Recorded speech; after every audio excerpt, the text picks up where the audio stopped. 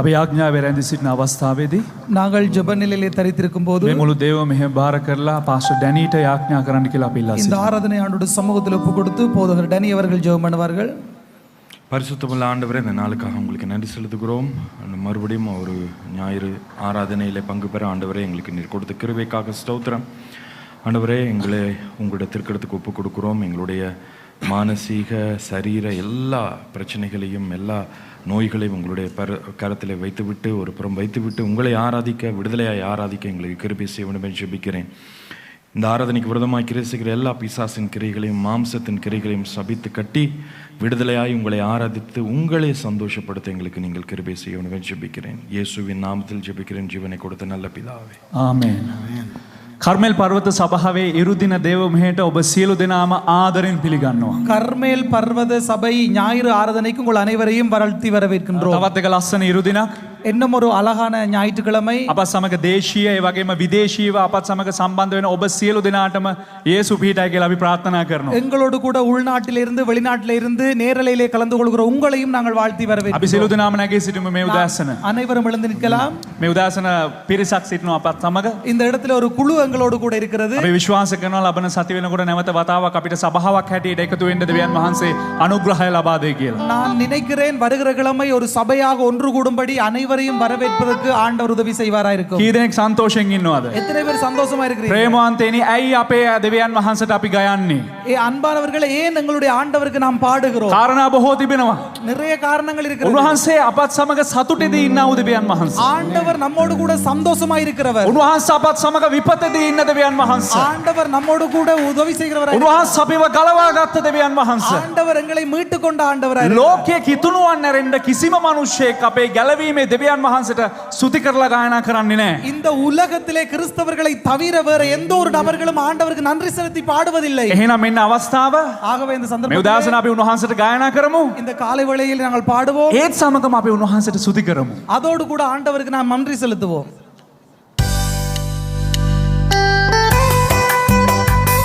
අපි සන්තෝෂයෙන් ගායනා කරමු. சந்தோஷமாய் பாடுவோம்.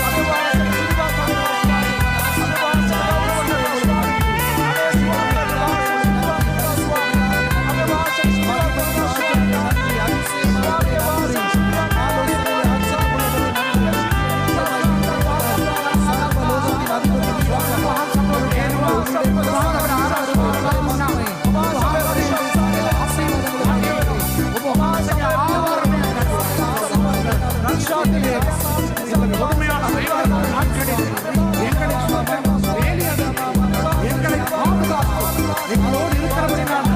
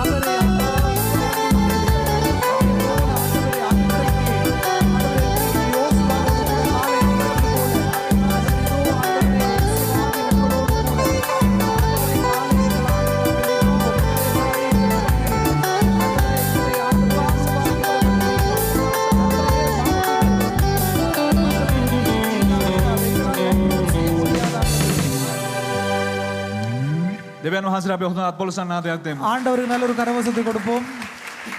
ඔබයි මමයි හිතන්න පුළුවන්. நீங்களும் நானும் நினைக்க අනේ முடியும், කවුද අපිව ධර්මිෂ්ඨ කරන්නේ? யார் நம்மை நீதிமானாக்குவது? ධර්මිෂ්ඨ කරන්න ලෝකෙ කිසිම මිනිසෙකුට බෑ තව මිනිසෙක්ව. இந்த உலகத்திலே ஒரு மனிதனுக்கும் இன்னொரு மனிதனை நீதிமானாய் மாற்ற முடியாது. ඔබයි මමයි පිළිගන්න පුළුවන් අපි ධර්මිෂ්ඨ කරන්න අපිට කියන්නත් බෑ මම හොඳයි මම ධර්මිෂ්ඨයි කියලා අපි කාටවත් කියන්න බෑ. நீங்களும் நானும் ஏற்றுக்கொண்டு சொல்ல முடியாது, நான் பரிசுத்தன் நீ பரிசுத்தவன் என்று சொல்லி யாருக்கும் சொல்ல අපි முடியாது. දෙවියන් වහන්සේට අද මහිමේ දෙන්න යනවා. நாம் ஆண்டவருக்கு இன்றைக்கு கௌரவத்தை கொடுக்க අනේ போகிறோம். ස්වාමිනේ ඔබ වහන්සේ හරි පුදුමයි. ஆண்டவரே நீர் ஆச்சரியமானவர். ඔබ වහන්සේ මාව ධර්මිෂ්ඨ කරනවා. நீர் என்னை சுத்தம் நீதிமானாக்கி මම இருக்கிறீர். හොඳ නිසා නෙවෙයි. நான் நல்லவன் මගේ என்றபடியால் அல்ல, ක්‍රියා හොඳ නිසා නෙවෙයි. என்னுடைய செய்கை நல்லவன் என்றபடியால் அல்ல, උන්වහන්සේගේ කරුණාව දයාව නිසා. ஆண்டவருடைய கிருபையும் தயவினாலும். ලස්සන දමිළ ගීතිකාවක්. அழகான ஒரு தமிழ் பாடல் මේ இது. ගීතිකාවෙන් කියන්නේ இந்த பாடலிலே சொல்லப்படுகிறது, එක පුද්ගලයෙක් කරුණ කොටගෙන ஒருவர் மூலமாய் මම ධර්මිෂ්ඨයෙක් කරනු ලැබුවා. நான் நீதிமானாய் மாற்றப்பட்டேன். ඔබ වහන්සේ පමණයි ස්වාමින් වහන්සේ. நீர் மட்டுமே கர்த்தர், ඔබ වහන්සේ පමණයි මහිමේට පාත්‍ර වුණ දෙවියන් වහන්සේ. நீர் மட்டுமே மகிமைக்கு பாத்திரர், ඔබ වහන්සේ පමණමයි. ආමෙන්. நீர் மாத்திரமே. ஆமென். අපි උන්වහන්සේට ගායනා කරමුද? ஆண்டவருக்கு பாடுவோம் අපි அந்த ගායනා பாடலை. කරමින් අපි උන්වහන්සේට ප්‍රශංසා කරන්න යනවා. ஆண்டவருக்கு இந்த பாடலை பாடி ஆண்டவரை போற்ற போகிறோம். ස්වාමිනී ඔබ වහන්සේ මාව ධර්මිෂ්ඨ කරනවානේ. ஆண்டவரே நீர் நம்மை நீதிமானாய் ஆக்குறீரே.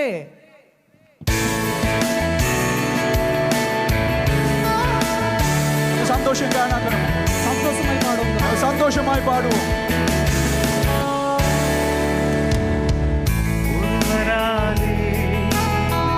ஒருவர் மூலமாய் நான் நீதிமானாய் மாற்றப்பட்டேனே. ஒருவராலே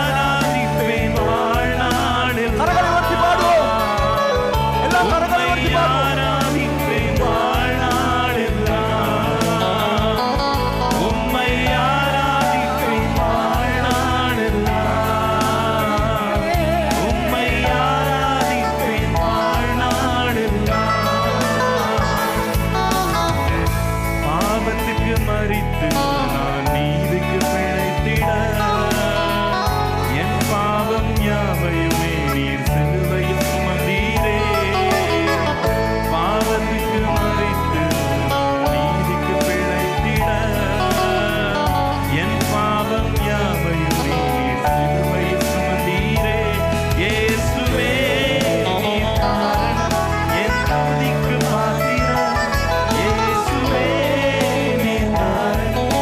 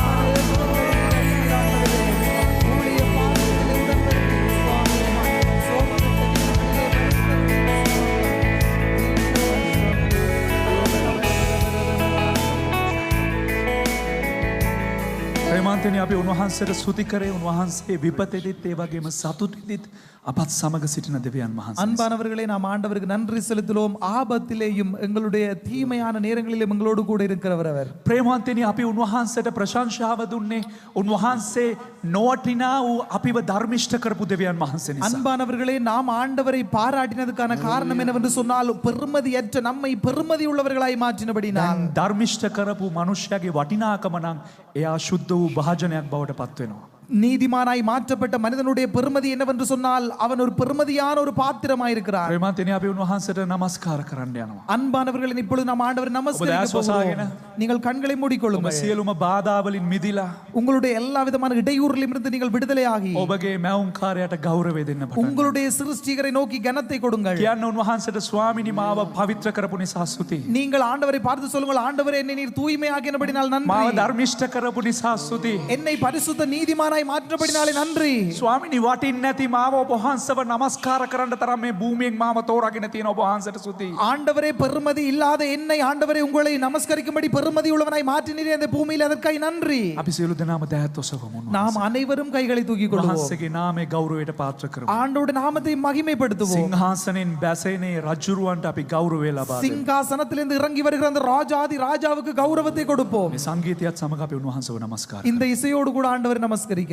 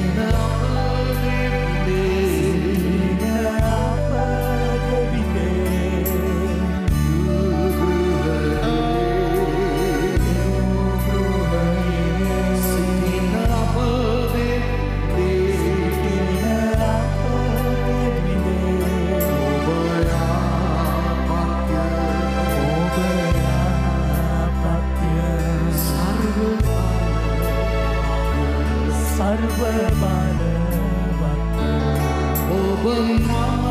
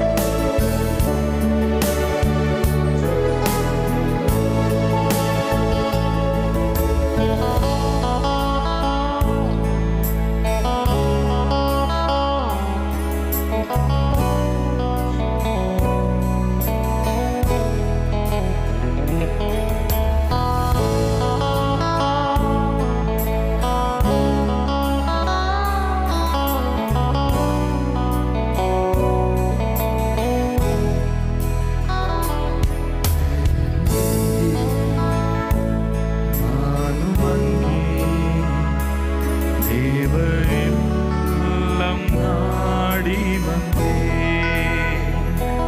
சபை எங்கே? இயேசு அங்கே. உந்தன் சமூகத்தை தேடி வந்தேன். என் துதியே உங்கள் தேவா. அபிஷேகம் தந்திடுங்கள்.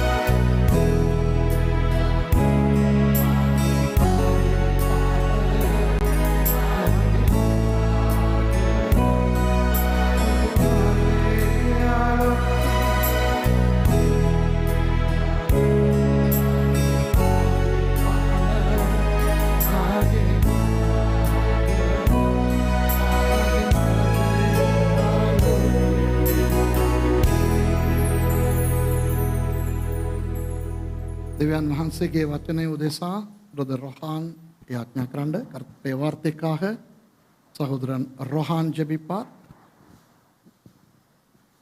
අපට බොහෝසේ ආදරය කරන ජීවමාන දේව පියාණනි අද දවස නිසා ස්තුති වේවා ස්වාමීනි මේ උදෑසන ඔබ වහන්සේ අපිව රැස් කළා ස්වාමීනි ඔබ වහන්සේට ප්‍රශංසා කරන පිණිස දුන් ආනගේ කරුණාව නිසා ඔබ වහන්සේට ස්තුති වේවා ස්වාමීනි ඔබ වහන්සේ කතා කරන්න යනවා ස්වාමීනි ඔබ වහන්සේගේ හස්තයට අපි සියලු දෙනා බාර කරනවා ඔබ වහන්සේ කියන දේ අසන්නත් ඒ වචනය අනුව ජීවත් වෙන්නත් ස්වාමීනි ඔබ වහන්සේ අපිට මඟ පෙන්වන්න වචනේ ගේන දේවදාසය බාර කරනවා ස්වාමීනි ඔබ වහන්සේගේ බලයෙන් දාලයෙන් යුක්තව ඒ වචනේ කතා කරන්න ඔබ වහන්සේ ශක්තිමත් කරන්න ආශිර්වාද කරන්න පරිවර්තන කරන දේවදාසයද බාර කරනවා උදා ආරක්ෂා කළා ආශිර්වාද කරන්න කියලා බාර කරනවා යේසුස් වහන්සේගේ නාමයෙන් ඉල්ලා ආඥා කරනවා අපි ආමේන් බොහොම ස්තුතියි කරුණාකරලා වාඩි වෙන්න Thank you. You may be seated. ඊයේ හවස තමයි මට දැනගන්න ලැබුණේ අද ඉඳන් දේව මෙහෙයන් පවත්වන්න පුළුවන් මිනිස්සුන්ට தைரியவந்தேன்ட்ட சபாவட்ட சஹபாகி වෙන්න පුළුවන් කියලා. நேற்று மாலையில இருந்துதான் நான் அறிந்து முடிந்தது மக்களுக்கு சபைக்கு வர முடியும் சபைகள் நிகழ்த்த முடியும் என்று சொல்லி. Only last evening was I made to understand that in Sri Lanka you could resume church services as from today. ඒ නිසා මට කාලය මදි වුණා අපේ අදහිලිවන්තයන් සියලුම දෙනාට ඔක දන්වලා බස් දෙක ලෑස්ති කරලා ප්‍රවාහන පහසුකම් ලබා දීලා සියලු ඇදහිලිවන්තයින්ව අද මෙතනට ගේන්න. எனக்கு நேரம் போதாமல் போய்விட்டது அனைத்து விசுவாசிகளுக்கும் அறிவித்து 2 வாகனங்களை ஆயத்தப்படுத்தி அவர்களை கொண்டு வருவதற்கு. I did not have sufficient time to organize our 2 buses to go and bring our people and let all our believers know that they could come. And therefore I beg your pardon. Our church people, I beg your pardon. I could not do that. I did not have sufficient time. ඉතින් අපේ සභාවේ අදහිලිවන්තයින්ගෙන් මම සමාව අයදිනවා මට බැරි වුණා කාලේ මදි වුණා මේ දේ කරන්න. என்னுடைய சபை மக்களிடத்திலே நான் மன்னிப்பு கேட்க விரும்புகிறேன் இதை செய்வதற்கு எனக்கு நேரம் போதாமல் போனபடியினால். ඒ නමුත් තම තමන්ගේ වාහන තිබෙන අපේ අදහිලිවන්තයින් අද පැමිණ සිටිනවා බොහෝ කාලයකට පසුව. சொந்த வாகனங்கள் உள்ள எங்களுடைய விசுவாசிகள் வந்திருக்கிறார்கள் அநேக நாட்களுக்கு பிறகு. So after a long time some of our believers who have their own vehicles have come and we extend a very warm welcome to all of you. ඉතින් ඔබ සියලුම දෙනාව ආදරයෙන් පිළිගන්නවා හරි සන්තෝෂයි සුපුරුදු මුහුණු කීපයක් හෝ මේ ස්ථානයේ දැක ගන්න ලැබීම. எனவே உங்கள் அனைவரையும் அன்போடு கூட சந்தோஷமாய் வரவேற்கின்றோம் நாங்கள் பழகின வளமை போன்ற முகங்களை மறுபடியும் பார்க்க கிடைத்த கிருபைக்காக. It is a joy to see some of our regular faces that have been absent for quite a while back again in our service. However, we don't know what's going to happen in the future. අනාගතේ මොනවා වෙන්න යනවද කියලා අපි දන්නේ නැහැ. எதிர்காலத்தில் என்ன நடக்க போகுதுன்னு சொல்லி நமக்கு தெரியாது. කොරෝනා පවුලට අයත් ඩෙල්ටා මොකක්ද කියන්නේ ඩෙල්ටා වෛරසය ලංකාවට ඇවිල්ලා තියෙන්නේ. எனவே 4வது அலையாகிய டெல்டா வைரஸ் இந்த இலங்கைக்கு வந்திருக்கிறது. Already the presence of the 4th variant of the coronavirus, namely Delta, is at large in Sri Lanka. And now there is another virus called Lambda. ඔන්න තව එකක් තියෙනවා Lambda කියලා. இன்னொரு வைரஸ் வந்துட்டது லம்டா அப்படின்னு சொல்லி. දැන් ග්‍රීක් අකරාදියේ තියෙන අකුරු ඔක්කොම දැන් මුන් පාවිච්චි කරන්න අරගෙන කොරෝනාවට. இப்ப கிரேக்கத்துல அந்த அரிச்சுவடியில் இருக்கிற அத்தனை எழுத்துக்களையும் பயன்படுத்த ஆரம்பித்து விட்டார்கள் கொரோனாவை அறிமுகப்படுத்துவதற்கு. They have started using the Greek alphabets to name the coronavirus and now they have come up to Lambda. There are 24 letters. I don't know what's going to happen. I don't know whether these guys are prophetic in saying that there are going to be 24 variants from Alpha to Omega. And one fine day the coronavirus would get up and say, I am the Alpha and Omega. Who knows? ඉතින් මේ Greek අකරාදියේ අක්ෂර මේ තියෙනවා 24ක්. கிரேக்க மொழியிலே அரிச்சுவடியிலே 24 எழுத்துக்கள் உள்ளது. ඉතින් ඇල්ෆා ඉඳන් ඔමේගා වෙනකන් මුන් වෛරසයට නම් කරලා කවදා හරි කොරෝනා වෛරසය කියයිද දන්නේ නැහැ. මන් තමයි ওই ඇල්ෆා සහ ඔමේගා කියලා. இவர்கள் அல்பாவிலிருந்து ஒமேகா மட்டும் கொரோனாவுக்கு பேர் வைத்து விட்டு கடைசியா ஒரு நாளைக்கு கொரோனா சொல்ல போகிறது நான் தான் அல்பாவும் ஒமேகாவுமா இருக்கிறேன் என்று சொல்லி. ඉතින් දැන් ඔය ලම්ඩා කියන්නේත් අකුරත ඇල්ෆා බීටා ගැම්මා ඩෙල්ටා එප්සිලන් සීටා ඊටා තීටා යෝටා කප්පා ලම්ඩා. ඉතින් ලම්ඩා කියන එකකුත් ඇවිල්ලා. இப்ப லம்டான்றதும் வந்து எழுத்து தான், அதுவும் கிரேக்க மொழியில ஒரு எழுத்து. තරහ වෙන්න එපා මට නම් කුණුහරුප තමයි මතක් වෙන්නේ වෙන දේවල් බලනකොට. எனக்கு கோபப்படாதீங்க, இதெல்லாம் பார்க்கும்போது கோபம் தூஷணம் தான் வருது. தூஷணம் ஞாபகத்துக்கு வருது பிரதர். அப்புறம் என்ன?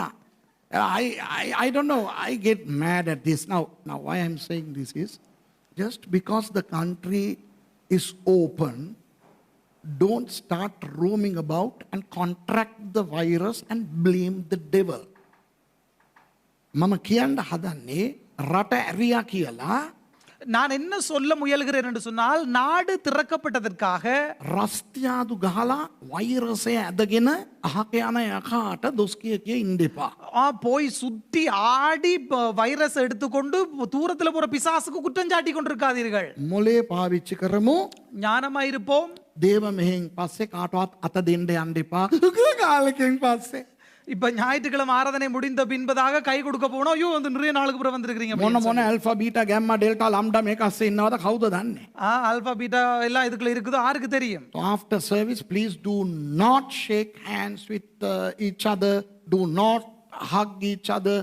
මේ කාවේකා සිප ගන්න එපා. ஒருவரை ஒருவர் அணைத்து கொண்டு முத்தமிடாதிருங்கள்.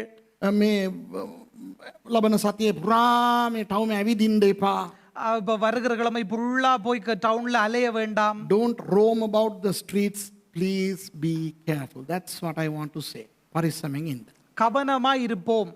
ඉතින් අපිට මේ සතියේ අපිට පුළුවන්කම ලැබුණොත් අපි ලබන සතියේ අපේ බස් දෙක අපි යවලා නැවත වාරයක් අපේ සියලු ඇදහිලිවන්තයින්ට මේ ස්ථානයට එන්න අපි මග සලස්වන්න උත්සාහ කරනවා. வருகிற கிழமை முடியுமாக இருந்தால் வாகனங்களை அனுப்பி எங்களுடைய மக்களை அணைக்க நாங்கள் ஆயத்தமா இருக்கிறோம். If things progress well, we can send our 2 buses yet again to haul our believers to Bellwood from next Sunday.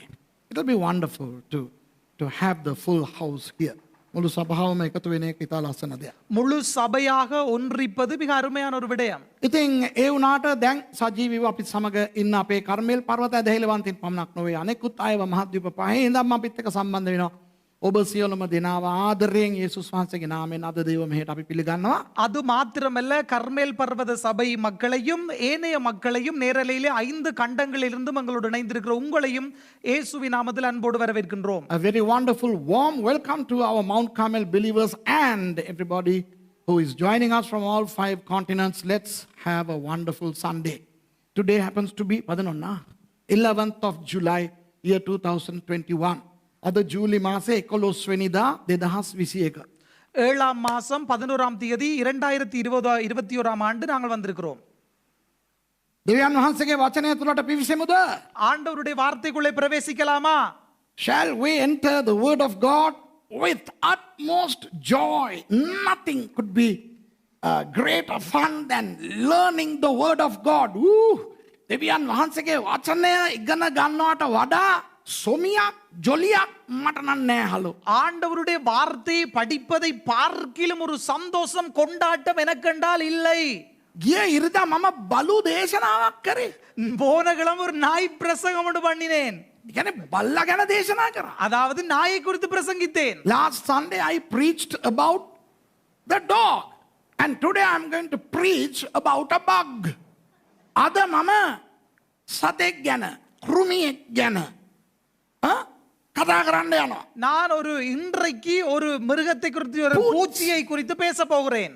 මොකද්ද මේ හාදයට වෙලා තියෙන්නේ? සත්තුත් එක්ක ඕනාවට වඩා ගැවසිලා හැමදාම සත්තු ගැන දේශනා කරනවා. என்னப்பா இந்த மனுஷனுக்கு நடந்திருக்குது? தேவைக்கு அதிகமா மிருகங்களோட போய் கலந்து இப்ப மிருகங்களை குறித்து பேச ஆரம்பிச்சிட்டாரா? What has happened to this Suresh guy? He is mingling with mongrels too much and he is talking about beasts, animals and organisms these days. දැන් අද දේශනාවේ කොටස් දෙකක් තියෙනවා. හොඳේ? இன்றைய பிரசங்கத்திலே 2 பகுதிகள் உள்ளது. There are 2 parts in today's sermon. The first part happens to be spiritual, which is what we need in a sermon. පළවෙනි කොටස ආත්මිකයි. முதலாவது பகுதி ஆவிக்குரியது. ඉතින් හලෝ දේශනාවක් කියනකොට ආත්මික වෙන්න ඉපේ. பிரசங்கம் என்று சொல்லும்போது ஒரு ஆவிக்குரிய பகுதி இருக்க வேண்டாமா? ආත්මිකව මේ බයිබල් පද 3ක් බලන්න යනවා. ඒ වයින් ශුද්ධාත්මයන් වහන්සේ අපිට මොකද්ද කියන්න යන්නේ කියලා ඉගෙන ගන්න යනවා ආත්මීක. ஆவிக்குரிய ரீதியாக 3 வசனங்களை பார்த்து பரிசுத்த ஆவியானவர் என்ன சொல்லுகிறார் என்று சொல்லி கற்றுக்கொள்ள போகிறோம். அது ஆவிக்குரிய ரீதி. We are going to look at 3 verses in the Bible, actually 4. And we are going to see what the Holy Spirit has to say to us in a spiritual manner.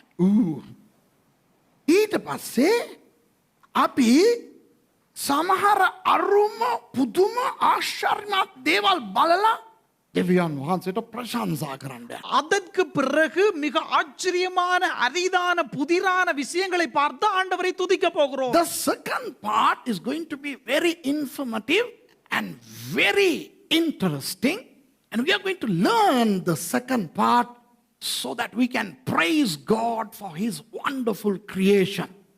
ඒ දෙවෙනි කොටසෙන් අපිට ආත්මීකව ඉගෙන ගන්න වැඩිය නැහැ. அந்த இரண்டாவது பகுதியிலே ஆவிக்குரிய ரீதியாக கற்றுக்கொள்ள நிறைய விடயங்கள் இல்லை. හැබැයි අපේ දෙවියන් වහන්සේ නම් නියම මැවුම්කාරයානෝ ෂා කියලා උන්වහන්සේට අපි ප්‍රශංසා කරන්න පුළුවන්. ஆனால் எங்களுடைய ஆண்டவர் நல்ல சிருஷ்டிக நிபுணர் என்பதை நாம் அதிலே இருந்து ஆச்சரியமாய் அறிந்து கொள்ள போகிறோம். ඉතින් මම ඔයගොල්ලන්ට මේ මල්ටිමීඩියා එකේ සෙල්ලමක් ලෑස්ති කරලා තියෙනවා. So I have a multimedia presentation.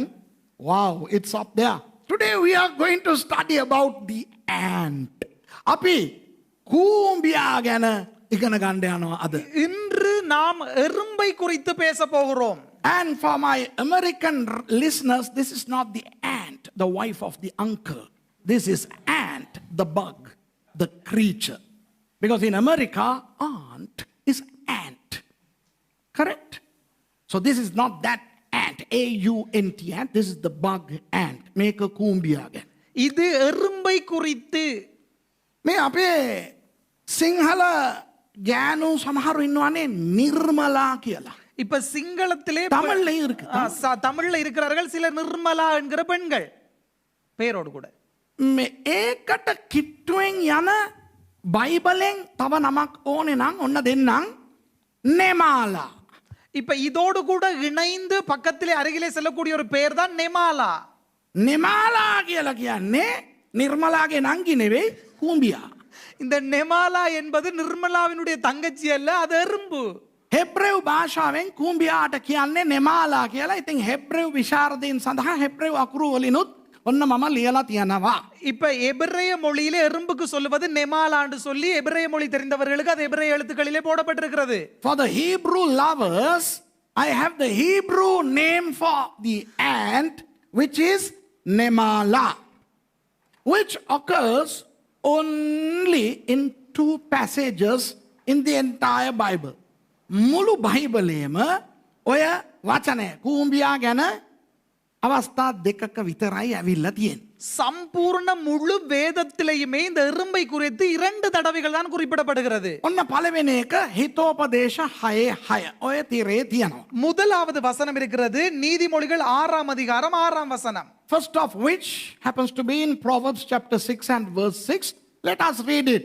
සිංහලෙන් කියනවා අලසය කුහුඹුවා ළඟට ගොස් උගේ මාර්ග බලා ඥානවන්ත වෙන්න. தமிழ்ல இப்படி சொல்லுகிறது, சோம்பேறியே நீ எறும்பினிடத்திலே போய் அதன் வழிகளை பார்த்து ஞானத்தை கற்றுக்கொள். Go to the ant, thy sluggard, consider her ways and be wise. ඊට පස්සේ කියනවා 7:8 அதற்கு பிறகு நீதிமொழிகள் 6:7 8 மட்டும் சொல்லப்படுகிறது. ඌට ප්‍රධානියෙක්වත් මුලාදෑනියෙක්වත් ආණ්ඩුකාරයෙක්වත් නැති නමුත් ග්‍රීෂ්ම කාලයේ ඌ උගේ ආහාර සපයා ගනී. ගොයම් කපන කාලයේ උගේ කෑම රැස් කර ගනී. தமிழ்ல இப்படி சொல்லப்படுகிறது, அதற்கு பிரபுவும் தலைவனும் அதிகாரியும் இல்லாதிருந்தும் கோடை காலத்தில் தனக்கு ஆகாரத்தை சம்பாதித்து அறுப்பு காலத்தில் தனக்கு தானியத்தை சேர்த்து வைக்கிறது. Verses 7 and 8 say, Which having no guide, overseer, or ruler, provideth her meat in the summer and gather her food in the harvest. ඔන්න තව පදයක් තියෙනවා. இன்னும் ஒரு வசனம் இருக்கிறது, හිතෝපදේශ 30:25. நீதிமொழிகள் 30:25. The other place where ant comes is Proverbs chapter 30:25. කුහුඹුවෝ බල නැති සමූහයක්ය. එහෙත් උන් ග්‍රීෂ්ම කාලයේහි උන්ගේ කෑම සපයති. Wow. தமிழ்ல இப்படி சொல்கிறது, அற்பமான ஜந்துவாயிருந்தும் கோடை காலத்திலே தங்கள் ஆகாரத்தை சம்பாதிக்கிற எறும்பும். The ants are a people not strong, yet they prepare their meat in the summer. I think Api, yeah, you can take your seat now. Let's go to our first verse. Then පළවෙනි කොටස ආත්මිකව ඔය පද කිහිපය ආත්මිකව බලලා යම් දෙයක් ඉගෙනගෙන ඊට පස්සේ අනිත් දේවල් වලට යන්න. எங்களுடைய முதலாவது வசனத்துக்கு போவோம். இதுல இருந்து ஆவிக்குரிய ரீதியாக ஏதாகிலும் ஒன்றை கற்றுக்கொண்டு நாங்கள் அடுத்த பகுதிக்கு போகலாம். Let us learn the spiritual side first before entering the rest of the stuff. Proverbs 6:6 ඔන්න හිතෝපදේශ 6:6. நீதிமொழிகள் 6:6. අලසය, சோம்பேறி, the sluggard or a lazy bone. අලසය කියන්නේ මොකක්ද දන්නවද? කම්මැලියා. சோம்பேறி என்றால் என்ன? பஞ்சி பிடிச்சவன். දැන් කම්මැලියෝ කියනකොට අපි හැමෝම තමයි. ඉතින් අපි හැමෝම කම්මැලියෝ තමයි. இப்ப நாங்க எல்லாருமே சோம்பேறிகள் தான், பஞ்சி பிடிச்சவங்க தான். We are all lazy. But we are not lazy all the time. But we are lazy at times. Sometimes for right reasons. Sometimes no. Sluggardish reasons. අපි සමහර වෙලාවට කම්මැලි හොඳ හේතු නිසා. சில நேரங்களிலே நாம் பஞ்சி பிடிச்சவங்களா இருக்கிறோம் நல்ல காரியங்களினாலே. සමහර වෙලාවට සමහරු ජරා විදියට කම්මැලියෝ. சில பேர் சில நேரத்திலே கெட்ட விதமான சோம்பேறிகளா இருக்கிறார்கள். දැන් විශේෂයෙන් දැන් මේ වර්තමාන දේශගුණය ගත්තාම හැම එක්කෙනාටම ඕනේ අන්තට පුරවගෙන නිදා ගන්න. இப்ப இந்த நிகழ்கால சூழலை எடுத்தோம் என்று சொன்னால் இந்த கால சூழலுக்கு இணங்க நம் அனைவருக்குமே போத்தி மூடி படுக்கத்தான் தோணுது. The weather here in Belwood is so dull, bleak and cold. Everybody wants to sleep and just be a sluggard in a positive manner. Who doesn't want to sleep in this weather? මේ වගේ වර්ෂාව, හුලං, සීතල මේවුන් සීතලාසේ ඒසිත් දාගෙන. AC දාලාද? මේ නැද්ද? කමන්නේ. මේ වගේ අවස්ථාවක කාටද හලෝ පල්ලි යන්න හිතෙන්නේ? இந்த மழை, காத்து, குளிர் இப்படிப்பட்ட சூழலிலே யாருக்கு தான் படுக்க தோணாது? அதுக்குள்ள இவங்க ஏசிய வேற போட்டுருக்காங்க. யாருக்கு சேச்சுக்கு போக தோணும்? හොඳට පොරවගෙන හොඳට නිදා ගන්න ලැබුණා නම් ඒ වගේ අලසයෝ නෙවෙයි මෙතන බැනුම් අහන්නේ හිතෝපදේශ පොතේ. அப்ப நல்லா மூடி படுக்கத்தான் தோணும் இப்படிப்பட்ட கால சூழ்நிலைக்கு இணங்க. ஆனா அப்படிப்பட்ட சோம்பேறிகள் குறித்து அல்ல இங்கே பேசுகிறது. Proverbs is not telling of such people, who from time to time want to be sluggardish, sleep it out, be lazy. අරේ වගේ නිකන් ඉඳලා හිටලා කම්මැලි කමකට ඉඩ දීලා මොනවත් කරන්න හිතන්නේ. ඒ උන්ට නෙවෙයි ඔය බනින්නේ. அந்த இருந்துட்டு இன்றைக்கு கொஞ்சம் தூங்கினா நல்லா என்ன அப்படி என்று சொல்லிட்டு அப்படி என்று சொல்லி தூங்குறவங்களை எல்லாம் இங்கே பேசுகிறது. සමහරු ඉන්නවා උන්ගේ නමම අලසයා. சில பேர் இருக்கிறாங்க அவங்களுடைய பெயரே சோம்பேறி தான். Some people, they are sluggards in their name. They are sluggards 24/7. හැම වෙලේම කම්මැලි බක්කෝ ඉන්නවා. 24 மணத்தியாலமும் சோம்பேறி பிடிச்சவனுங்கள் தான் அவர்கள். දුප්පත් අය අතර ඔය වගේ කම්මැලි බක්කෝ ස්වල්ප දෙනෙක් ඉන්නවා තමයි. இப்ப ஏழைகள் மத்தியிலே இப்படிப்பட்ட சோம்பேறி பிண்டங்கள் இருக்குதுதான். හැබැයි බොහෝ දුරට මේ වගේ කම්මැලි බක්කෝ ඉන්නේ සල්ලිකාරයෝ අතර. ஆனா நிறைய நேரத்தில் இப்படிப்பட்ட சோம்பேறிகள் இருக்கிறது நிறைய பணக்காரங்களிடத்திலே. While on the one hand, yes, there are some lazy people among poor people, most of the lazy bones belong to the higher rich society. Why? I don't know. ஏன் தெரியுமா? උන්ට මෙහා පැත්තේ වැඩ කරන්න එකෙක් ඉන්නවා, එහා පැත්තේ වැඩ කරන්න එකෙක් ඉන්නවා, උයලා දෙන්න උන් ඉන්නවා, ඇඳුම් අයන් කරන්න උන් ඉන්නවා, අතු ගාන්න උන් ඉන්නවා. හැම වැඩක්ම කරන්න මිනිස්සුන්ට පඩි ගෙවන්න තරම් මුන්ට වත්කම තියෙන නිසා කිසිම වැඩක් කරන්නේ මුන් කම්මැලි. அவர்களுக்கு என்ன தெரியுமா பிரச்சனை? அவர்களுக்கு இந்த பக்கத்துல சேவை செய்ய ஒருத்தன், இந்த பக்கத்துல சேவை செய்ய ஒருத்தன், இந்த பக்கத்துல சமைக்க ஒருத்தன், இந்த இடத்துல அதை கொடுக்க ஒருத்தன், அப்படி வேலைக்காரர்கள் கூட. You know, some of these rich people have servants to cook, to sweep the house, to clean, to iron your clothes, to do everything. And because they are so rich to have all these servants around, these people become lazy. දැන් අහගන්න මේ මම gym වලට විරුද්ධ නැහැ. Gym. நான் ஜிம்முக்கு எதிரி அல்ல. I am not against gyms. I am not against exercise. මම මේ ව්‍යායාම් කරන එකට මම විරුද්ධ නැහැ. உடல் பயிற்சி செய்வதற்கு நான் எதிரி அல்ல. මට පෙන්වන්න බැරි මොනවද දන්නවද? எனக்கு காட்ட முடியாதது என்ன தெரியுமா? වැඩක් පළක් කරන්න ඇවිදින්න නැතුව යන්නෙම වාහනේ. இப்ப வேலை ஒன்றும் செய்யாம இப்ப ஒரு வேலைக்கு போவது வாகனத்துல தான் போவாங்க. බෙහෙතකටවත් සමහරු ඇවිදින්නේ නැමිලා එක වැඩක් කරන්නේ මොනවත් කරන්නේ. හැබැයි ඇඟ බේර ගන්න හවසට ජිම් එකට ගිහිල්ලා පැය දෙකක් පදිනවා. ஒரு வைத்தியத்துக்காக சரி உடல் அசைச்சு ஒரு வேலை செய்ய மாட்டாங்க, ஆனா ஜிம்முக்கு போவாங்க. ඒ වගේ උන්ව මට පෙන්නන්න බෑ. அப்படிப்பட்டவர்களை எனக்கு காட்ட முடியாது. What I don't like is that some people with all the availability of work, they could walk, play, do some domestic work. They don't do any of those things, but they go to the gym every day to maintain their physique. ඒක හරි නෑනේ. அது பிழைதானே, அது சரியில்லை தானே. ඉතින් ඒ නිසා මේ සමහරු නිකම්ම කම්මැලි. ඉර අවුව පස්ස පැත්තට වදිනකම් බුදිය ගන්නවා. சில பேர் சும்மாவே பஞ்சி பிடிச்சவங்க சூரியன் பின்னுக்கு அப்படியே அடிக்க மட்டும் அப்படியே தூங்குவாங்க. Some people are so sleepy heads, they don't wake up till the sun rays hit their back. Substitute the back with the word you like. Now, this verse is talking about those sluggards. අන්න ඒ වගේ අලසයන්ටයි මේ පදය කතා කරන්නේ. அப்படிப்பட்ட சோம்பேறிகளுக்கு தான் இந்த வசனம் பேசுகிறது. අලසයා சோம்பேறியே, උඹට ගුරුතුමෙක් මන් දෙන්නම්. உனக்கு ஒரு ஆசிரியரை தர போகிறேன். කවුද ගුරුතුමා? யார் அந்த ஆசிரியர்? කූඹියා. எறும்பு. Hey, sluggard, lazy bone, I shall provide you with a wonderful teacher. Who is the teacher? The ant. මගේ දෙයනේ මොන තරම් නින්දාවක් දහලෝ එක.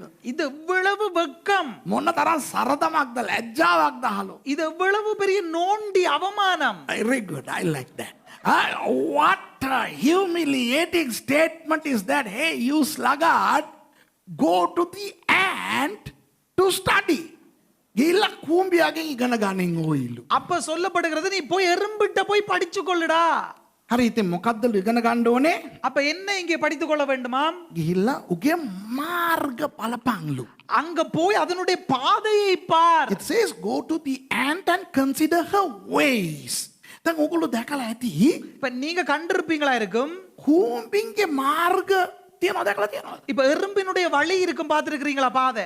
රෝමානුවන්ට වඩා මුන් පාරවල් හදන්න දන්නවා මේ කූඹි. ரோமர்களை விட எறும்புக்கு நல்லா பாதை போட தெரியும். Ants are better road builders than the Romans. All you have to do is put something sweet here and come back in half an hour. There'll be a highway from somewhere to this location traveled by millions of ants. කරන්න තියෙන්නේ මොකක් හරි හකුරු කෑල්ලක් පැණි රස කෑල්ලක් මෙතන දාන්නකෝ. என்ன செய்ய வேணும்னு சொன்னா ஏதாவது ஒரு இனிப்பான ஒரு பாண்டத்தை அதுல போடுங்க, ஒரு சீனி பருக்கி. පැය භාගයකින් ඇවිල්ලා බලන්න මහාමාර්ගයක් හදලා ඇති. කොහේ හරි ඉඳන් අම්මා එන්න බිසි මහාමාර්ගයක් හදලා ඇති. යනවා එහාට මෙහාට. ஒரு அதுல பாத்தீங்கன்னு சொன்னா ஒரு அரை மணி நேரத்துல வந்து பார்த்தா ஏனையின் வீதியே அது போட்டு பயணம் செய்து கொண்டிருக்கும், பிரயாணிச்சு கொண்டிருக்கும். අද ඉතින් මේ මාර්ග දිහා බලනවා කියන්නේ මොනවද දන්නවද? ඒක ඒ මාර්ග දිහා බලලා යන්නලු. ඌ කොහෙන්ද ඔය පාරවල් හදාගෙන ඉන්නේ කියලා යන්නලු. அப்ப இந்த வழிகளை பார், கவனி அப்படின்னு சொல்லி சொல்லப்படுவது என்ன? அது எங்க போகுது, எங்க போய் உறையுது வருகுதுன்னு சொல்லி போய் கவனி. So sluggard, look at the ants and now follow the ways. Go all the way to wherever the way ends. ඒ පාර ඉවර වෙන තැන වෙනකන් ගිහිල්ලා බලපං කියලා තමයි කියලා තියෙන්නේ. அந்த பாதை முடியும் மட்டும் போய் பார் என்று தான் அங்கே சொல்லப்படுகிறது. පස්සේ අපි ඒ පාරේ ගමන් කරලා අපි බලමු. பிறகு நாம் அந்த பாதையிலே பயணம் செய்து பார்ப்போமா? Later on we also shall travel along the ant highway and we are going to learn some wonderful things. But right now, let's concentrate only on the spiritual side. Then දැනට ආත්මික පැත්ත විතරක් බලමු. ඊළඟට කියලා තියෙනවා. இப்போதைக்கு நாம் ஆவிக்குரிய பகுதியை மாத்திரமே கவனிப்போம். இங்க சொல்லப்படுகிறது 6-7 நீதிமொழிகளிலே කූඹියට ප්‍රධානියෙක් නැල්ලු, මුලාදැනියෙක් නැල්ලු, ආණ්ඩුකාරයෙක් නැල්ලු. எறும்புக்கு பிரபு இல்லை, தலைவன் இல்லை, அதிகாரி இல்லையாம். It says that an ant, the ants don't have guides, overseers or rulers. But still, they work hard. ඒ නමුත් ඒගොල්ලෝ හොඳට වැඩ කරනවලු. ஆனாலும் அவைகள் நன்றாக வேலை செய்கிறதாம். දැන් අපේ බයිබල් ඉස්කෝලේ ස්ටුඩන්ට්ස්ලාට இப்ப எங்களுடைய வேதாகம கல்லூரி மாணவர்களுக்கு ප්‍රධානියන් ඉන්නවා. මම. இப்ப பிரபுக்கள் இருக்கிறார்கள், pastor. Now you see our Bible college students, they have a ruler, me. Then they have the guide. ඊට පස්සේ ඉන්නවා මේ මුලාදැනියෝ ඉන්නවා. அவர்களுக்கு அதிகாரிகள் தலைவன் இருக்கிறார். අරක කරන්න මේක කරන්න අද මෙහෙම තමයි ඩියුටි බෙදලා තියෙන්නේ ඔක්කොම જાති அதை செய்யுங்க இதை செய்யுங்க இன்றைக்கு இப்படித்தான் டியூட்டி பிரீச் இருக்கு அப்படின்னு சொல்றவங்க ஆட்கள் இருக்காங்க. So they say this is what you are supposed to do, and then they have the guide to go and see whether they are working. හරියට කරනවාද කියලා බලන්න ආණ්ඩුකාරයොත් ඉන්නවා. அது சரியா நடக்குதா என்று சொல்லி பார்க்கிறதுக்கு ஆட்சியாளர்கள் இருக்கிறாங்க, கவனிக்கிறது. මුණසිංහ ආණ්ඩුකාරවරයානෝ. முனசிங்க அதிகாரி, එසේකියල් ආණ්ඩුකාරවරයානෝ. எசேக்கியேல் அதிகாரி, සන්දීප ආණ්ඩුකාරවරයානෝ. சந்தீப அதிகாரி. ඒ සියල්ලට වඩා සර්වාධිකාර ආණ්ඩුකාරවරිය වන mercy. இப்ப இது எல்லாத்தையும் விட சர்வ அதிகாரம் படைச்ச ஆண்டுகாரியாகிய sister Mercy. So they have the rulers, Ezekiel the ruler, Munasingha the ruler, Sandeepa the ruler, Mercy the foot ruler.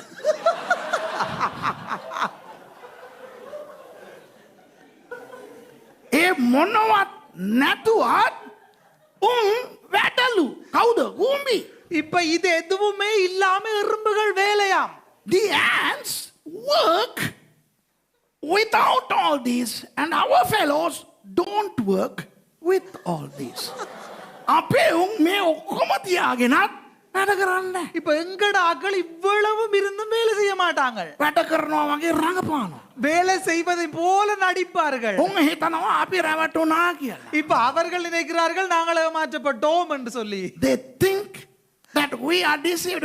They think that they work, but they don't know that what they think that we think that they don't work is a wrong thinking.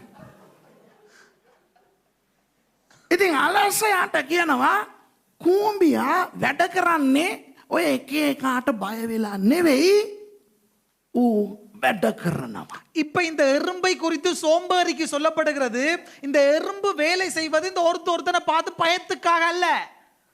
So this verse says the ant works not because they are told or asked or commanded to work, but they work because they are intelligent. That's how God has created the ants. දෙවියන් වහන්සේ කූඹියන්ව ඒ විදිහට තමයි මවලා තියෙන්නේ. ஆண்டவர் எறும்பை அப்படித்தான் சிருஷ்டித்திருக்கிறார். දැන් දෙවියන් වහන්සේ මේ පදයෙන් අපිට කියන්නේ මොනවද දන්නවද? இப்ப ஆண்டவர் இந்த வசனத்திலிருந்து நமக்கு என்ன தெரியுமா சொல்கிறார்? Do you know what God is trying to tell us? Are you better than ants or not? දෙවියන් වහන්සේ අපිට කියන්නේ අයිසේ ඔහෙලා කූඹින්ට වැඩිය හොඳයිද වැදගත්ද නැද්ද? இப்ப ஆண்டவர் என்ன நம்மை பார்த்து கேட்கிறார் என்றால், நாம் எறும்பை விட பெருமதியானவர்களா பெருமதி இல்லையா? දැන් කූඹියන්ව දෙවියන් වහන්සේ උන්වහන්සේගේ සමානත්වයෙන් ස්වරූපයෙන් මැව්වේ නෑනේ. ஆண்டவர் எறும்பை அவருடைய சாயலும் ரூபமாயும் படைக்கவில்லையே. God did not create the ant in his own image and likeness. Let us make ant in our own image and our likeness. කූඹියාව අපේ සමානත්වයෙන් සහ ස්වරූපයෙන් මවමු කියලා දෙවියන් වහන්සේ කිව්වේ නෑ. எறும்பை நமது சாயலாகவும் ரூபமாகவும் படைப்போம் என்று படைக்கவில்லை ஆண்டவர். කූඹි හාමුව මවලා ඌව නින්දටපත් කරලා කූඹි හාමිනේ කෙනෙක්ව ගෙනල්ලා දුන්නේ නෑ. எறும்பை படைத்து அந்த எறும்புக்கு ஒரு பெண் எறும்பை படைத்து கொண்டு வந்து இந்தா அப்படின்னு சொல்லி கொடுக்கவில்லை. He did not create the adamant and put that adamant to sleep and bring an Eve ant. No. දෙවියන් වහන්සේ කිව්වේ නෑ. ඕන සීනි කන්න පුළුවන්. කිතුල් හකුරු විතරක් කන්න එපා. කිව්වේ නෑ. இப்ப ஆண்டவர் சொல்லவில்லை தேவையான எல்லா சீனியும் சாப்பிடலாம், ஆனால் කරපටි මාත්‍ර சாப்பிடக்கூடாது. கருப்பட்டி மாத்திரம் God சாப்பிடலாம். did not say you can eat all sweets but except for that candy. No, the day you shall eat of that candy, you shall surely die. කිතුල් හකුරු කකුරු කාපු දාට මැරෙනවා. நீ கருப்பட்டியை சாப்பிட்டே செத்து போவாய். එතකොට ඒ කැරපොත්තෙක් ඇවිල්ලා ඇහුවේ නෑ ඒ කූඹි හාමිනේගෙන් දෙවියන් වහන්සේ කිව්වද හකුරු කන්න එපා කියලා. එහෙම එකක් බයිබලේ නෑ. அப்போ ஒரு கரப்புத்தான் வந்து கேட்கவில்லை உங்களை ஆண்டவர் அந்த கரப்பட்டியை சாப்பிட வேண்டாம் சொன்னது உண்டோ? அப்படி ஒன்று நடக்கவே இல்லை வேதத்திலே. The Bible doesn't say then came a cockroach, Americana indigana for your scientific brains, which came and spoke to the Eve ant. Ant Eve. Hey, that's nice, huh? American Ant Eve. Did God say thou shalt not eat of this jaggery? No. ඉතින් හිතලා බලන්න අපි කොච්චරනම් වැදගත්ද කූඹියට වඩා. அப்ப நினைத்து பாருங்கள் நாம் எறும்பை பார்க்கிலும் எவ்வளவு விசுவாசித்தவர்கள் என்று சொல்லி. How greatly important are we compared to ants? කොච්චර ලැජ්ජාවක්ද බයිබලයේ පද දෙකක් තියෙනවනේ. අඩෝ ගිහිල්ලා අරෝගෙන් ඉගෙන ගන්න නෝන්ඩි නැද්ද? எவ்வளவு வெக்கம் எங்களுக்கு அவமானம். ஆண்டவர் 2 வசனத்தை எழுதி வச்சிருக்கார் நமக்காக. அங்க போய் எறும்பை போய் பார்த்து படிச்சு கொள்ளு. Isn't it a damn shame on us for the Bible to tell us to go to those ants to learn something? Yeah. සමහර අයට ඔක කියවනකොට ලැජ්ජාවක් නෙවෙයි හිතන්නේ ආත්මිකව කියවන්නේ. ඌට ප්‍රධානියෙක්වත් මුලාදැනියෙක්වත් අන්ධකාරයෙක්වත් අර වා කියන එක බලා ගන්න ආත්මිකව කතා කරනකොට එහෙම තමයි කතා කරන්නේ නැති නමුත් ග්‍රීෂ්ම මොන කාලේද? ග්‍රීෂ්ම කාලේ. ඕම කියවනකොට කොහෙද හලෝ අපිට වදින්නේ? இப்ப சில பேருக்கு இந்த வசனத்தை வாக்கும்போது வெக்கமும் நோண்டியும் வருதில்ல. இதுல இருந்து ஆவிக்குரிய மாதிரி வாசிச்சு அதற்கு பிரபுவும் தொலைவனும் அதிகாரியும் அப்படின்னு சொல்லி நடுங்குது. You know, our people read the whole Bible only spiritually, which having no guide, a overseer, a ruler, provideth meat in the summer. So, beloved,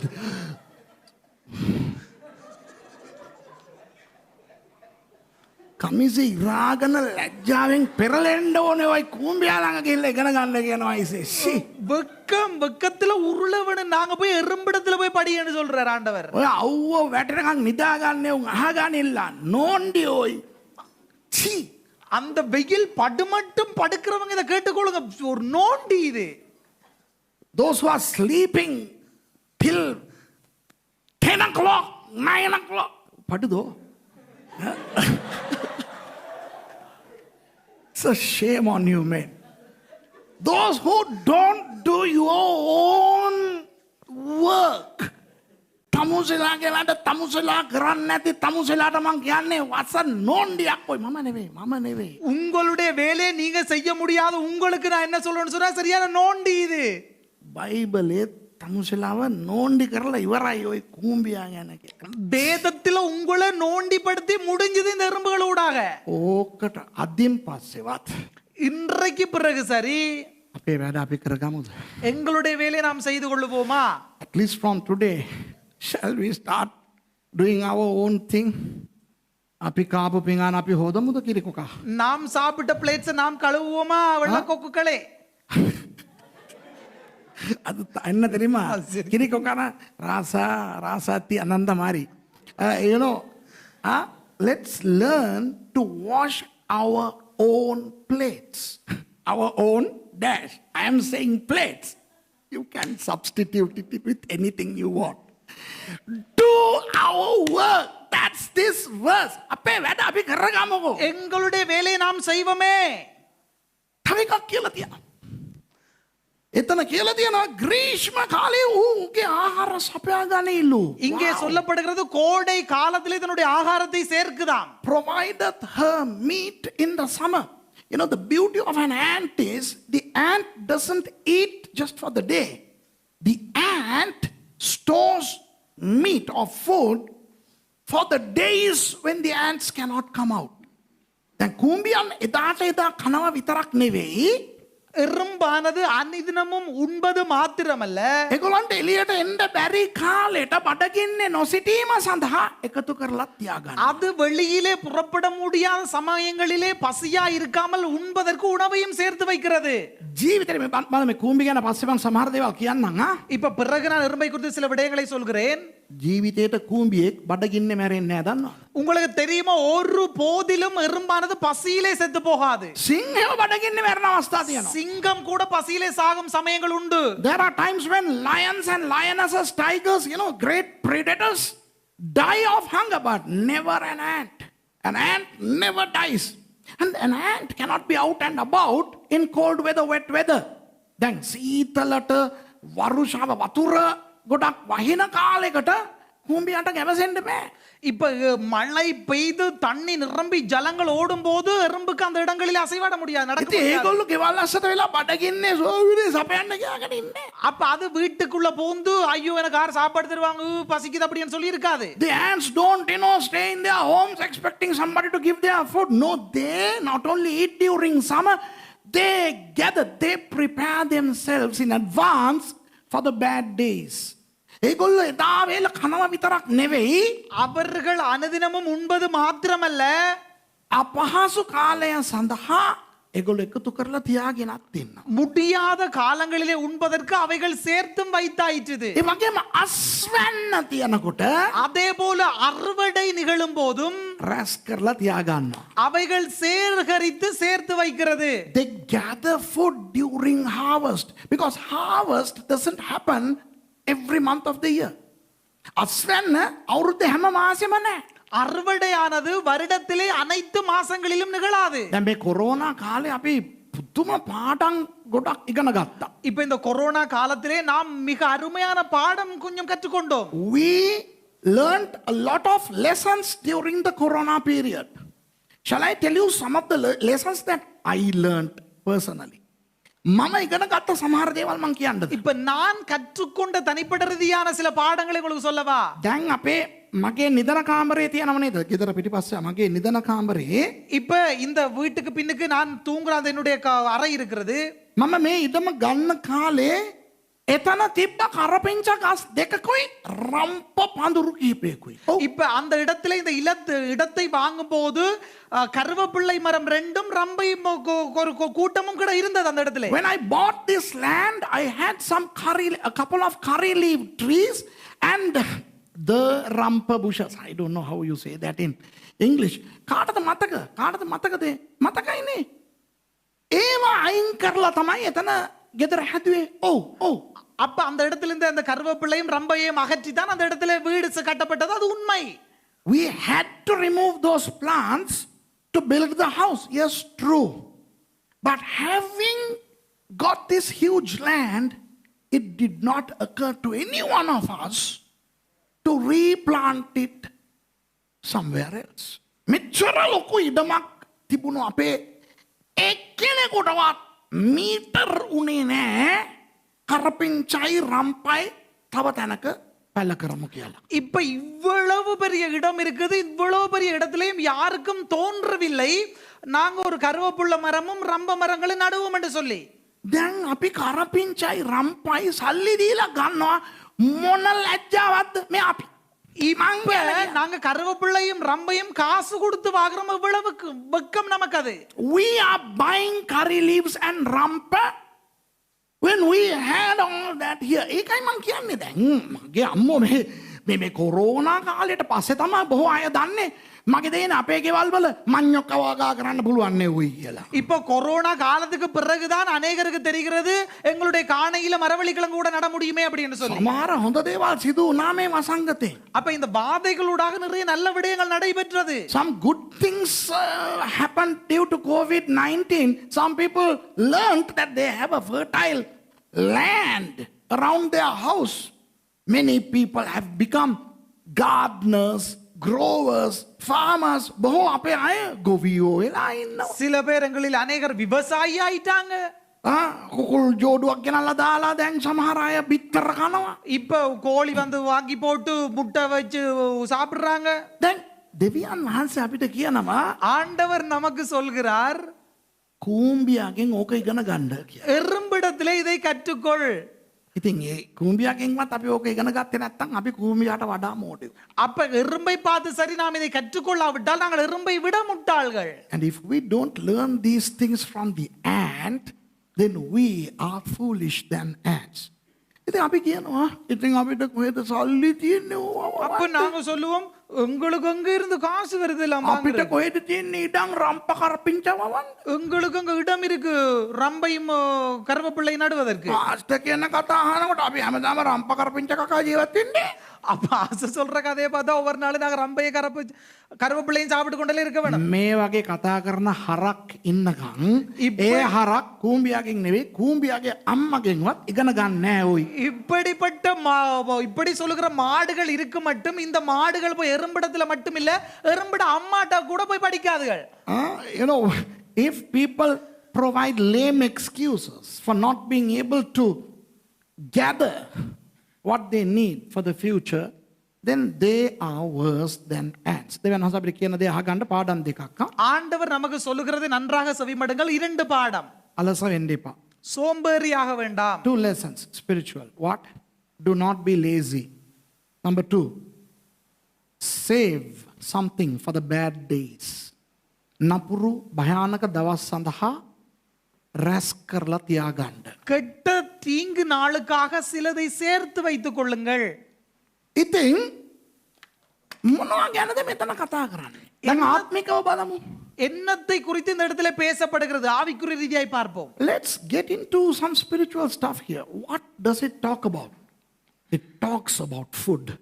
මේක කතා කරන්නේ කෑම ගැන. இந்த இடத்துல பேசப்படுவது உணவை குறித்து. දැන් අපි ආත්මිකව කතා කරමු. අපි hina වුණා ඔක්කොම හොඳයි. පොඩ්ඩක් ආත්මිකව කතා කරමුද? நாங்க சிரித்தோம், எல்லாம் நல்லது. கொஞ்சம் ஆவிக்குரிய ரீதியாக பேசுவோம். Yes, we laughed, we had fun, but shall we get down to some spiritual stuff?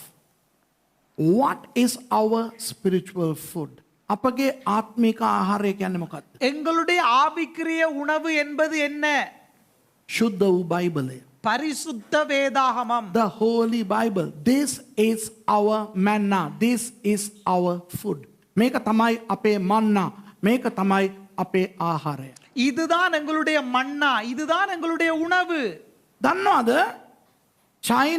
චීනාව චීනේ වගේ සමහර රටවල්, මැද පෙරදිග රටවල්, මුස්ලිම් රටවල්, මෝල්දීව්ස් වගේ රටවල් වල ඉන්න ක්‍රිස්තියානි අයට මන්නා නැහැ. பைபிளே நே. உங்களுக்கு தெரியுமா, சீனா அதே போல மத்திய கிழக்கு நாடுகளிலே நமக்கு இருக்கிற இந்த மன்னாவாகிய இந்த வேதம் இல்லை. சில நாடுகளிலே. You know, in China, Maldives and some Middle Eastern countries and some countries, Christians do not have the word of God. මං චීනේ ගැන එක දෙයක් කියන්නම්. இப்ப சீனாவை குறித்து ஒன்று சொல்லுகிறேன். මං දන්න අය ඉන්නවා එංගලන්තේ ඉඳන් ඒගොල්ලෝ බයිබල් මේ හොරෙන් ගෙනියනවා චීනේට. இப்ப அவர்கள் சீனாவுக்கு என்ன செய்வார்கள்? வேதத்தை களவாக கொண்டு போவார்கள். I know some of my friends who have a ministry where they smuggle Bibles into China. Yes, I have told this a long time ago, but let me repeat it. මම ඉස්සර මේක කියලා තියෙනවා, මම ආපහු මතක් කරලා දෙනවා. මොකද තාම මේක වෙනවා. நான் இதை முன்பே சொல்லி இருக்கிறேன், மறுபடியும் சொல்லுகிறேன். இது இன்னும் நடக்கிறது. ලොකු සූට්කේස් එකක් ඒගොල්ලෝ පැක් කරනවා ඇඳුම් අනම් මනම් දාලා. ඒ දැන් එංගලන්තෙන් චීනයට යන කට්ටිය මොන වගේ කිලෝ 30ක් 40ක් පැක් කරයිද කියලා හිතා ගන්නකො. இப்ப இங்கிலாந்துல இருந்து சீனாவுக்கு போகிறவர்கள் 30-40 கிலோ அவர்களுடைய சூட்கேஸை அவர்கள் பேக் பண்ணும்போது அந்த உடுப்புகளுக்குள்ளே you know, I have friends in England who travel to China on the pretext of tourism. And they pack their suitcases with 30 or 40 kilos of stuff. 32 kilos per suitcase is allowed. එක suitcase එකක kilo 32ක් දාන්න පුළුවන්. ஒரு சூட்கேஸுக்குள்ளே 32 kilo போடலாம். අනම් මනම් ඔක්කොම pack කරලා එකම එක බයිබලයක් ඒ ASCII ඒගොල්ලෝ පැක් කරනවා. அவர்கள் எல்லாத்தையும் அந்த இடத்துல நிரப்பி விட்டு ஒரே ஒரு வேதத்தை அந்த சூட்கேஸுக்குள்ளே வைப்பார்கள். ඒ බයිබලෙත් ඔත්තලා එකක් උඩින් ඔත්තලා නිකන් තෑග්ගක් වගේ තියෙන්නේ බොහොම අමාරුයි මේක බයිබලයක් ඕක ඇතුලේ තියෙන්නේ කියලා බලධාරීන්ට හොයාගන්න. அவர்கள் அதை சுத்தண்டு சுற்றி அதை ஒரு பரிசு பொருளை போல மாற்றி அதை உள்ளுக்கு வைப்பார்கள். அப்ப அதிகாரிகள் அதை பார்க்கும்போது அது வேதம் என்று சொல்லி கண்டுபிடிக்க மிக கஷ்டமா இருக்கும். Even that one Chinese Bible is wrapped with many wrappings so that it is very difficult for the authorities, custom officers to discover that this is a book. ඉතින් ඒගොල්ලෝ එක්කෙනෙක් එක බයිබලයයි ගෙනියන්නේ චයිනාවට. அவர்கள் சீனாவுக்கு ஒருவர் ஒரு வேதத்தை தான் கொண்டு போக முடியும். ඒගොල්ලන්ගේ සේවය මොනවද දන්නවද? அவர்களுடைய ஊழியம் என்ன தெரியுமா? අවුරුද්දකට කීප සැරයක් සංචාරකයන් වගේ චයිනාවට යනවා මේ බයිබලය දීලා එන්න විතරක්. வருடத்துக்கு சில சமயங்களிலே அவர்கள் சுற்றுலா பயணம் போவது போல போகிறார்கள் இந்த வேதத்தை கொடுத்து விட்டு வருவதற்கு மாத்திரம். Their ministry is to go to China once or twice a year just to take one Bible at a time. So for that they spend for their air tickets 14 days hotel accommodation, full board and all that kind of stuff, and they undergo such tumultuous efforts just to smuggle one Bible into China. ඉතින් දවස් 14ක් හෝටලේට ගෙවලා அவர்கள் 14 நாட்கள் ஹோட்டலுக்கு பணம் செலுத்தி ගුවන් ගාස්තුව ගෙවලා அவர்கள் அந்த விமான பயணச்சீட்டுகளை ඔය செலுத்தி ලොකු සූට්කේස් එකේ එක බයිබලයක් ගෙන යන්න මෙච්චර ප්‍රයත්නයක් දරනවා. அவர்கள் ஒரு பெட்டியிலே ஒரு வேதத்தை கொண்டு போவதற்கு இவ்வளவு பிரயாசப்படுகிறார்கள். දැන් චයිනාවට ගියානේ, இப்ப சைனாவுக்கு போயிட்டாங்க தானே, හෝටලේට ගියානේ. இப்ப சீனா ஹோட்டலுக்கு போயிட்டாங்க தானே. ඔය ගිය ගමන් මේ එයාපෝට් එකේ කවුරුත් ඉන්නේ නැහැ අර බයිබලය ගෙනියන්න. இப்ப அந்த ஏர்போர்ட்ல யாராவது இருக்க மாட்டாங்க வேதம் வந்துட்டு கொண்டு போவோம்னு சொல்லி கொண்டு போறதுக்கு. Don't think that there are people at the airport to welcome these people and get their Bible and go home. No. When these people go, for the first 7 days, the Bible is still hidden in that suitcase. ඒගොල්ලෝ ගිහින් පළවෙනි දවස් 7 ඒ බයිබලේ සූට්කේස් එක ඇතුලේ තියෙන විදියටම සංගවලා තියෙනවා. அவர்கள் அங்கே போய் 7 நாளும் அந்த சூட்கேஸ்ல அந்த வேதம் இருக்கு மட்டும்படி தான் மறைத்து வைத்திருப்பார்கள். දවස් 7කට 8කට විතර වගේ පස්සේ 7-8 நாளுக்கு பிறகு ඒ ප්‍රධාන දේවදාසයාව රෑ 12ට 1ට විතර වගේ පාලමක් යට හම්බෙනවා. ඒ මනුස්සයා බයිසිකලේ ඇවිල්ලා සොංගාල මේක අරගෙන ගියා නැවතලා කතා කරන්නේවත් නැහැ. அந்த பிரதான சபை போதகரை அவர்கள் அழைத்து அவர்கள் இரவு 12 மணி 1 மணிக்கு அந்த பாலத்துக்குள்ள சந்திச்சு அந்த வேதத்தை கொடுக்கும்போது அவர் பைக்ல வந்து அதை வேகமா வாங்கிட்டு மோட்டார் பைக்ல இல்ல, சைக்கிள் bicycle, not motorbike.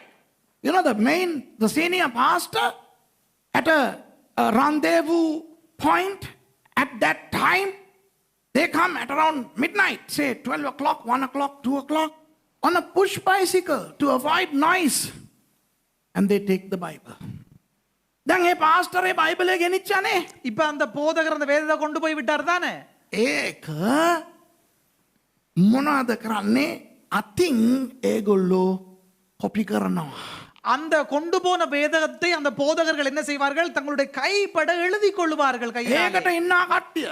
அதற்கு ஒரு குழு இருக்கிறது. රෑ දහවල් හොරෙන් ඒක ඒගොල්ලෝ ඒක කොපි කරනවා. இரவு பகலாக அவர்கள் வேதத்தை அந்த கையினாலே அவர்கள் எழுதி கொள்வார்கள். You know, they have to make handwritten copies of that Bible. There are teams of believers who undertake this feat of task of copying this Bible.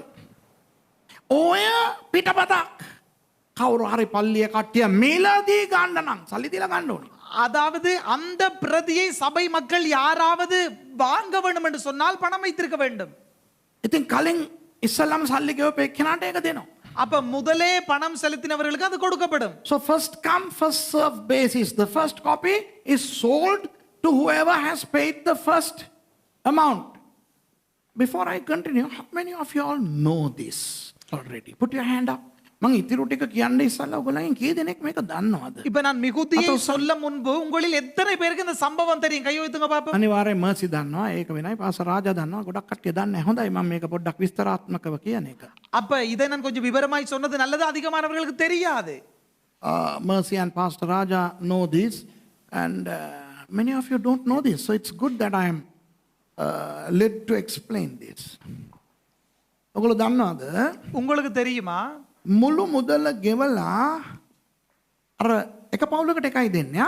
இப்ப ஒரு ஆளுக்கு ஒன்று தான் கொடுப்பாங்க. அவர்கள் முழு பணத்தையும் ஒரு குடும்பத்துக்கு. ஒரு குடும்பத்துக்கு கொண்டு கொடுக்கிறார்கள். அப்ப முழு பணத்தை அவர்கள் செலுத்தியதை வாங்கி கொண்டு போகும்போது ගිහලා හරියට දවස් හරියට සතියකින් ඒගොල්ලෝ ඇවිල්ලා அவர்கள் சரியாக ஒரு கிழமையின் பின்பு வந்து ගීතාවලිය 119 කටපාඩමින් කියන්න ඕනේ. පද 176ම කටපාඩමින් කියන්න ඕනේ. அவர்கள் சங்கீதம் 119 176 வசனங்கள் இருக்குது. அவ்வளத்தையும் வாய்ப்பாடமாய் சொல்ல வேண்டும்.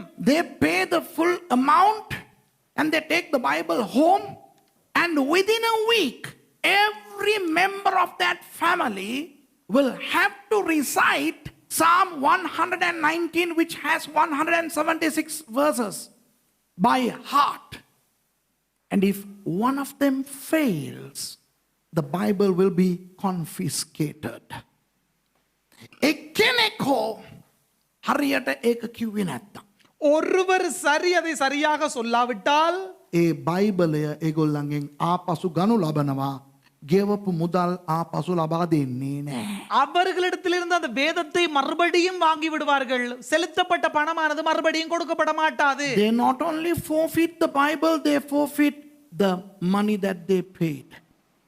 දැන් ඔබ කියන්න இப்ப நீங்கள் சொல்லுங்கள், ඔබ කොච්චර වාසනාවන්තද?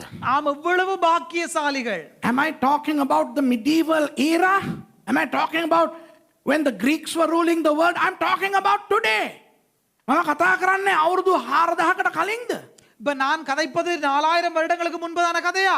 අද இன்று අද අපි කොහොමද ජීවත් වෙන්නේ? இன்று நாம் எப்படி வாழ்கிறோம்? අපිට විවිධ අනුවාද තියෙනවා, විවිධ සයිස් වලින් පාට පාට බයිබල්. මේ බලන්න අයිස්ක්‍රීම් එකක් වගේ මට අද බයිබලේ තියලා තියෙන්නේ. නිල් පාට කවරේ, රතු පාට මැදට ගහලා නේ බයිබලයක් මං ගාව තියෙනවා. இந்த காலத்தை எடுத்தோம்னு சொன்னா ஒவ்வொரு மொழிபெயர்ப்பு, ஒவ்வொரு சைஸ்ல, ஒவ்வொரு நிறத்துல, இப்படி பல கலர்கள்ல இப்போ நமக்கு வேதம் இருக்கிறது. Hello, we have different types of Bibles. We have the large edition, extra large edition, medium edition, and we have the red letter edition where Jesus' words are marked in red, and different versions. You go to a Bible bookshop and you have the girl Bible, boy Bible, youth Bible, children's Bible, kids Bible, Bible with drawings. We have the parallel Bible. We have the Bible with Greek, English, Hebrew. My goodness, we are blessed far too much. අපිට අද අනුවාද විවිධ තියෙනවා. ළමයින්ගේ බයිබලේ තියෙනවා, ගෑනුන්ටම Bible තියෙනවා, පිරිමින්ට Bible තියෙනවා. දෙවියන් වහන්සේ ගෑනුන්ට වෙනම, ළමයින්ට වෙනම, පිරිමින්ට වෙනම කියලා දුන්නේ නැහනේ ඔයි. இப்ப இந்த காலத்தை எடுத்தோம்னு சொன்னா ஆண்டவர் நமக்கு பல்விதமான மொழிபெயர்ப்புகளா, ஆண்களுக்குன்ற வேதம் இருக்குது, பெண்களுக்குன்ற வேதம் இருக்கு, குழந்தைகளுக்குன்ற வேதம் இருக்கு. ஆண்டவர் அப்படி கொடுக்கவில்லை. நாங்கள் அளவுக்கு அதிகமாய் ஆசீர்வதிக்கப்பட்டு விட்டோம். ඒ මදුවට කම්පියුටරේ බයිබලේ තියෙනවා, මොබයිල් ෆෝන් එකේ බයිබල් තියෙනවා, ඔර්ලෝසුවේ බයිබල් තියෙනවා. කියපන් කෙනෙක්ෝක மணிக்கூட்ல பைபிள் இருக்கு, போன்ல பைபிள் இருக்கு, இப்படி பல விதங்கள்ல பைபிள் இருக்கு. Now we have the Bible on our laptops, on our iPads, on our telephones, on our watches. My goodness. No. Am I against any of this? No. මම මේවට විරුද්ධවද? මොන පිස්සුද? இதற்கு விரோதமாகவா பேசிக் கொண்டிருக்கிறேன்? இல்லை. හැබැයි අපි කී දෙනෙක් වචනය මන්නා හැටියට අපි කනවද? ஆனால் நாம் எத்தனை பேர் ஆண்டவருடைய வார்த்தையை மன்னாவை போல உண்கிறோம்? How many of us eat the word of God like manna? මන් දන්නවා අද බොහෝ දෙනෙක් බයිබලේ කනවා. இப்ப எனக்கு தெரியும் இந்த நாட்கள்ல நிறைய பேர் வேதத்தை தின்றாங்க. දේශකයෝ කනවා, අහනේ උන් කනවා, බයිබලේ කනවා, අම්බානක කනවා. කාලා තියෙන්නේ. நிறைய பேர் எல்லாம் அநேகர் வேதத்தை திங்கிறார்கள். திங்கிறாங்க. பிரசங்கம் பண்ணும்போது திங்கிறாங்க, கேட்கும்போது திங்கிறாங்க, ஊழியம் செய்யும்போது திங்கிறாங்க, நாசமாக்குறாங்க, தின்னு ஏப்பமும் விடுறாங்க. ඒ කෑම ගැන නෙවෙයි මං කතා කරන්නේ. ආහාරයක්සේ අපි කී දෙනෙක් කනවද? அந்த தின்றாங்க, அதை இல்ல நான் பேசுவது. உணவாக எத்தனை பேர் அருந்துகிறார்கள்? ඔන්න දවසක් මම යනවා මාල්ඩීව්ස් වලට. மால்டிவ்ஸ், மாலைத்தீவு. மாலைத்தீவுக்கு ஒரு நாள் நான் போனேன். Once I landed at the Malé airport. And I was so sad. I really wanted to get out of that stupid island. Yeah, Maldivians, stupid. Why? Because in the airport there is a sign that says, no dogs and no Bibles allowed. Airport එකේ ගහලා තියෙනවා அங்க ஏர்போர்ட்ல அடிக்கப்பட்டிருக்கிறது බල්ලන් සහ Bible ඇතුළට ගෙන ඒම තහනම්. நாயையும் வேதத்தையும் உள்ளுக்கு கொண்டு வருவது தடை செய்யப்பட்டுள்ளது என்று சொல்லி. අපි කොච්චර වාසනාවන්තද? நாம் எவ்வளவு பாக்கியசாலிகள். How blessed are we? Come on. So this for us in a spiritual sense is a spiritual summer. අපි ඉන්නේ ආත්මික ග්‍රීෂ්ම කාලයකයි. நாம் இருப்பது ஆவிக்குரிய கோடை காலத்திலே. ග්‍රීෂ්ම කාලය හැමදාම පවතින්නේ නැහැ. கோடை காலமானது எப்பொழுதும் நிலைத்திருக்காது. Summer will not last. There will come a time when winter strikes. ශීත කාලය එනවා. குளிர் காலமானது வந்து கொண்டிருக்கிறது. ක්‍රිස්තියානි අයට ප්‍රසිද්ධයෙන් නමස්කාර කරන්න බැරි කාලයක් එනවා. கிறிஸ்தவர்களுக்கு பிரசித்தமாய் நமஸ்கரிக்க முடியாத ஒரு காலம் வந்து கொண்டிருக்கிறது. දැනටම අපේ ලංකාවේ born again කියන වචනය කුණු හරපයක් වෙලා තියෙන්නේ. இப்ப எங்களுடைய இலங்கையிலே born again என்கிற அந்த வார்த்தையானது தூசணமாக்கப்பட்டிருக்கிறது. Hey, look at Sri Lanka. The word born again has become a terrorist word, a terror word already. Already. Do you know that? For those who don't know this, hey, you use the word born again in Sri Lanka to denote Christian terrorists. පිට රටවල් වල ඉන්න අයට මං කියන්නේ සිංහල කතා කරන අයට නම් දන්නවා. இப்ப சிங்கள மொழி பேசுறவர்களுக்கு தமிழ் மொழி பேசுறவர்களுக்கு தெரியும், வெளிநாட்டவர்களுக்கு நான் சொல்லுகிறேன். born again කියන වචනයෙන් දැන් இப்ப born again என்கிற அந்த வார்த்தையானது இப்பொழுது ත්‍රස්තවාදීන් ගැන කතා කරනවා. அது ஒரு பயங்கரவாத அமைப்பை போன்ற ஒரு வசனமாக அதை குறித்து දැන් பேசப்படுகிறது. කියන්නේ born again අන්තවාදය. තීව්‍රවාදம், born again තීව්‍රවාදம். Now they call as born again extremists. And what is the expression extremists? The previous step to terrorism. අන්තවාදය කියන්නේ ත්‍රස්තවාදයකට කලින් තියෙන අධියරය. தீவிரவாதம் என்பது பயங்கரவாதத்துக்கு முன்பதாக இருக்கிற ஒன்று. පඩි. படி. ඉතින් දවසක් එයි බොහෝ රටවල් වල ආය බයිබල් පාවිච්චි කරන්න බෑ. இப்போ ஒரு நாள் வரும் சில நாடுகளிலே வேதத்தை பயன்படுத்த முடியாது என்கிற கட்டளையோடு கூட. Remember what happened in 1936 at the Port Palace demonstration in Berlin, Germany, Deutschland. Germany 1936 ஜெர்மனியில 1939ல Port Palace demonstration කියලා එකක් පවත්වලා පරණ ගිවිසුම් සියල්ල ගෙනල්ලා පුච්චලා දැම්මා මතකද? பழைய ஏற்பாடு எல்லாத்தையும் ஒன்று சேர்த்து எரித்து போட்டார்கள். They burnt all the Old Testament. Huh? How many countries are burning Bibles? Do you know that? උතුරු කොරියාවේ දන්නවද හමුදාවේ අය ක්‍රිස්තියානි අයව හොයා ඒගොල්ලන්ව හිරේ යවනවා, ඒගොල්ලන්ගේ බයිබල් පුච්චනවා. வடக்கு கொரியாவிலே அந்த ராணுவங்களிலே கிறிஸ்தவர்களை தேடி தேடி பார்த்து சிறைகளுக்கு அனுப்புகிறார்கள் அல்லது எரிக்கிறார்கள்.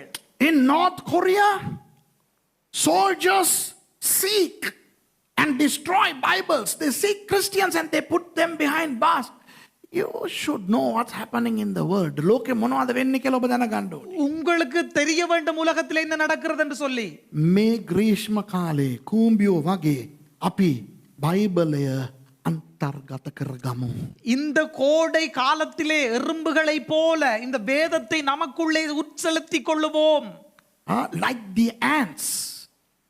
May we eat the manna, the word of God, during our summer, so that if and when spiritual winter strikes, we don't die of spiritual starvation.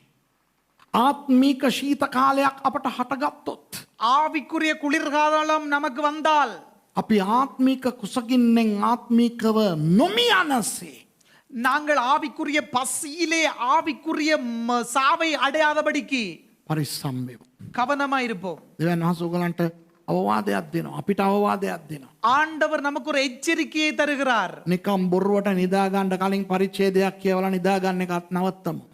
இப்ப நாங்க தூங்கக்கு முன்னம் ஏதோ ஒரு அதிகாரத்தை கடமைக்காக வாசிச்சு போட்டு தூங்குறது அதை நிறுத்துவோம். Let's stop reading the Bible just for the sake of our satisfaction. You know, some people don't feel satisfied if they don't read the chapter before they sleep.